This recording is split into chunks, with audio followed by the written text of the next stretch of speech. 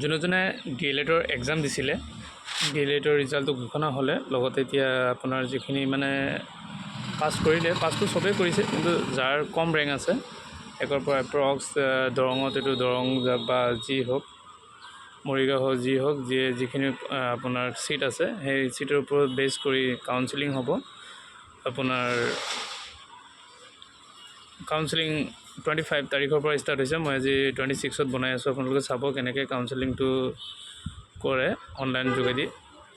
first of all আপোনালোকে গুচি যাব assamcareer.com সাইটত যাই কিনে মাৰিব যে SCERT আসাম ৰিজাল্ট D.El.Edৰ পিটেড বুলি পেট ৰিজাল্ট বুলি ঠিক আছে তলত আহিব আৰু পিছত আপোনালোকে এতিয়াও যদি আপোনালোকৰ ৰেংক চোৱা নাই ৰেংক চাই ল'ব যি আপোনালোকৰ ডিস্ট্ৰিক্ট আছে সেইটো ৰেংক চাই ল'ব চোৱাৰ পিছত আপোনালোকে তলত যাব স্ক্ৰল ডাউন কৰিব ইয়াতে লিখা আছে যে ইয়াতে ৰিজাল্ট এইটো চাব নালাগে আপোনাৰ এইটো শেডিউল মেডুল দিয়া আছে লগতে চাওক ইয়াতে কাউন্সেলিং বুলি লিখা আছে ইয়াতে আপোনাৰ কাউন্সেলিংত ক্লিক কৰিব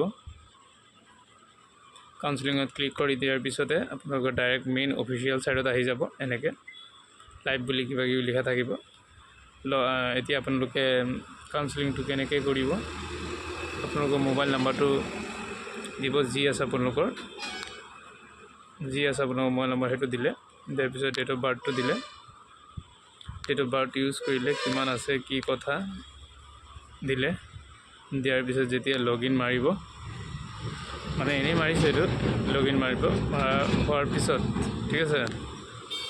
পিছত আপোনালোকে এটা আপোনালোকৰ এটা ডেছবৰ্ড আহি যাব এই ডেছবৰ্ডত গৈ কেনেকৈ কৰিব মই দেখাই আছোঁ এনেকৈ এটা ইণ্টাৰফেচ আহি যাব এইটো মই কৰিছোঁ কাৰণে প্ৰিফাৰেঞ্চ দিছোঁ কাৰণে মোৰতো এনেকৈ এটা ইণ্টাৰফেচ আহিছে মই এডিট কৰি প্ৰিফাৰেঞ্চটো এডিট কৰি আপোনালোকক দেখাম কেনেকৈ কি কৰে কি কথা ইয়াতে গ'লে এডিটত মাৰিলে এডিট প্ৰিফাৰেঞ্চত মাৰাৰ পিছত ইয়াতে চাব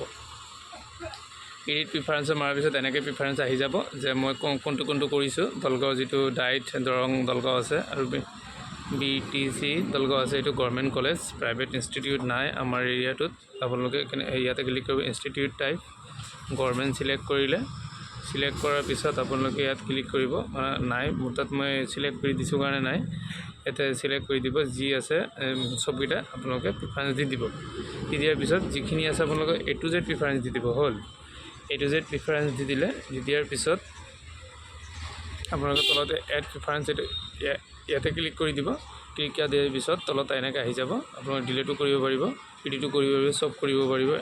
এনেকৈ দি দিব আপোনালোকে দিয়াৰ পিছত হ'ল এইখিনি মোৰ কমপ্লিট হোৱাৰ পিছত আপোনালোকে ইয়াতে এটা ক্লিক কৰি দি টিক দি 7 প্ৰচিড কৰি দিয়াৰ পিছত আপোনালোকৰ ইনফৰমেশ্যনখিনি দেখাই দিব ফটো চটো যি আছে দেখাই দিয়াৰ পিছত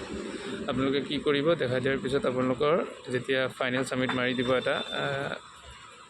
আই হিয়াৰ ডিক্লেয়াৰ্ড এইটো যি আছে পঢ়ি কিনে ক্লিক কৰি দিব কৰি দিয়াৰ পিছত আপোনালোকৰ এটা মোবাইলত OTP আহিব OTPটো দি দিব তেতিয়া আপোনালোকৰ প্ৰিফাৰেঞ্চটো চাব পাৰিব যে এইখিনি প্ৰিফাৰেঞ্চ দিলে পিছত আপোনালোকৰ প্ৰিফাৰেঞ্চ স্লিপটো ডাউনলোড কৰিব এইখিনিতে আপোনালোকৰ যিখিনি ইনষ্টিটিউট প্ৰিফাৰেঞ্চ আছে এইখিনি হৈ যাব কাউন্সেলিং পিছত আপোনালোকৰ নামখিনি আহিব এপ্ৰক্স 4-5 তাৰিখে যাব ইনষ্টিটিউটত যাই আপোনালোকৰ নামখিনি চাই আহিব এইখিনিতে মোৰ ভিডিঅ'টো এণ্ড কৰিলোঁ